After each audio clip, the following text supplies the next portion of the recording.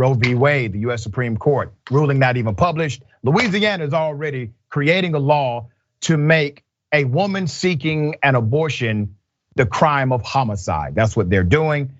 Let's put up a picture of Representative Danny McCormick. Remember this guy, keep his picture up. This guy wants to advance a bill to make abortion a crime of homicide, in which the mother or those assisting her in terminating the fetus can be charged with murder. The measure cleared the House Appropriations Committee by a 7-2 vote, despite at least one of the representatives voting in favor of it, acknowledging it's completely unconstitutional. Literally, a guy voted for it and said, you know what we do, it is completely against the law. Criminalizing women for abortions. We don't even have the basis of the United States Supreme Court decision. But fine, I'll do it anyway. Let's be very clear. This is going to be one of the absolute worst rulings when it becomes official. You already have this insane legislation to make a woman a murderer for seeking an abortion to a fetus, exercising her freedom, her right to choose. Now, this goes back to the state. What's to stop a state from making it retroactive? You know, states can do that by state law. They can make it retroactive. Now, it applies to those who have done it within a certain amount of time before the law was changed. What's to stop them from giving the rapist only 5 years, but the woman who got pregnant from the rape, 25 years? You see, it already happened in Alabama in 2019. They passed that law, and the doctor could get up to 99 years for performing the abortion. That law was overturned, and now Alabama has an opportunity to create that law again, based on the Supreme Court ruling. We will see if anything changes once it is published.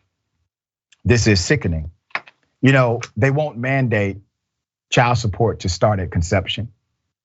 Will they stop deporting pregnant, undocumented women because now there's an American citizen inside of her body?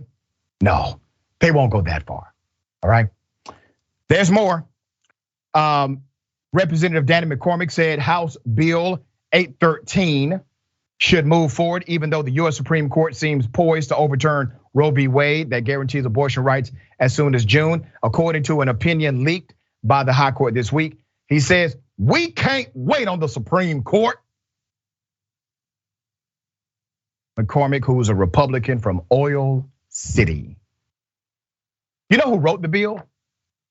A reverend, a Baptist preacher wrote the bill. Put it up. Here's his picture. He's the guy in the middle with his thumbs up, standing next to Danny McCormick from Oil City. McCormick's bill says the unborn should be protected at fertilization. He said the Reverend Brian Gunter of First Baptist Church in Livingston helped author the bill. No, he wrote the whole damn bill. He wrote the whole thing. No compromises, no more waiting, Gunter said. The bloodshed in our land is so great, we have a duty to protect the least of these amongst us. They don't give a damn about children. They defund programs that actually help children. I was a foster child myself. I remember when administrations changed and how funding would dry up from our foster care agency that I was in. They don't give a damn about those who are here and born. This is just red meat for them to create an opportunity to grab more political power using the religious element, preying on those that are indoctrinated into a certain belief system that somehow this is their salvation, and it is not. They are antithetical to scripture, they are antithetical to biology, and they are antithetical to freedom. The same people that are telling you the government is being too intrusive when they mandate a mask are the same people telling you that the government can intrude in a woman's uterus. Same group. There's more.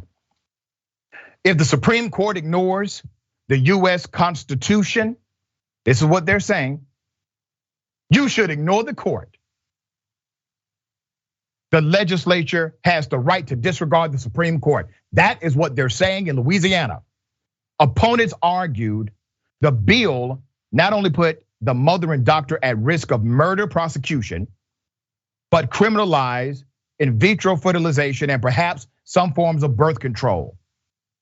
Ellie Schilling, an abortion rights attorney, said the bill would annihilate the United States Constitution. Let's put up a picture of Representative Tony Bachala. See that guy? He voted for the bill too, and then said on the record, what I'm voting for won't pass constitutional muster. That's what the man said on the record, and he still voted to approve it. Do you still think these individuals give a damn about the US Constitution? Do you still believe that they are constitutionalists? Do you think they care about rule of law? This man admitted what they just did is in violation of the United States Constitution, and he voted to do it anyway, and you barely heard a peep from Democrats about this lawlessness. Jessica, what are your thoughts on this? I think it's exactly right that this is and always has been an issue that's about power at the end of the day for the Republican Party, because until about the 70s, Republicans and Democrats were voting in equal proportions for and against abortion. And then Nixon ran in 72 and he was an anti-abortion candidate. And then the Republicans saw that this was a tactic they could use to win, and they ran using this platform and picked up a bunch of congressional seats because they were getting a lot of votes from Catholics and socially conservative people. And the Republican Party was not popular. They were supporting cutbacks, and people actually wanted to see their tax dollars go towards things that benefit them. This is not popular among everyday working people when you have a party that's dedicated to corporate power like the Republicans have been for a long time, and they needed something else to win. And so they weaponized this issue of abortion and took advantage of people's religious beliefs and turned them into single issue voters. And they were ultimately voting against their economic self-interest when they were casting ballots for Republicans. And it's really sad. That's not something that should happen in a functioning democracy. And this really is about values. The Republican Party does not believe in the value of freedom or the right to life. The value of freedom, because people should have the right to choose what happens when they're making a very intimate decision about their body. And also, a lot of Republicans will tell you their reason for being anti-abortion is because it's in the Bible. And so believing that everyone else is subject to your religious beliefs, do you actually support freedom of religion? Do you actually care about freedom and the right to life? Because in many medical cases, people who get pregnant need abortions to live. Because of complications, they will die. And so the Republicans really aren't a party of values, and that's never been what this is about. And we can't let them keep framing this debate in that way. Yeah, very well said. And I refuse to allow them to hijack my faith. I'm a Christian man myself. God gave me a brain before he gave me a book. I use my brain. I try to use it adequately. But they're even wrong about the text. Scripture shows, even in the book of Exodus chapter 21, that if a woman miscarries because she is struck by a man, the penalty is a civil fine, not death. But if the woman dies, who is a person, the penalty is death of the man who struck her. It's real simple, logical, it's right there. So even their biblical pretext is incorrect.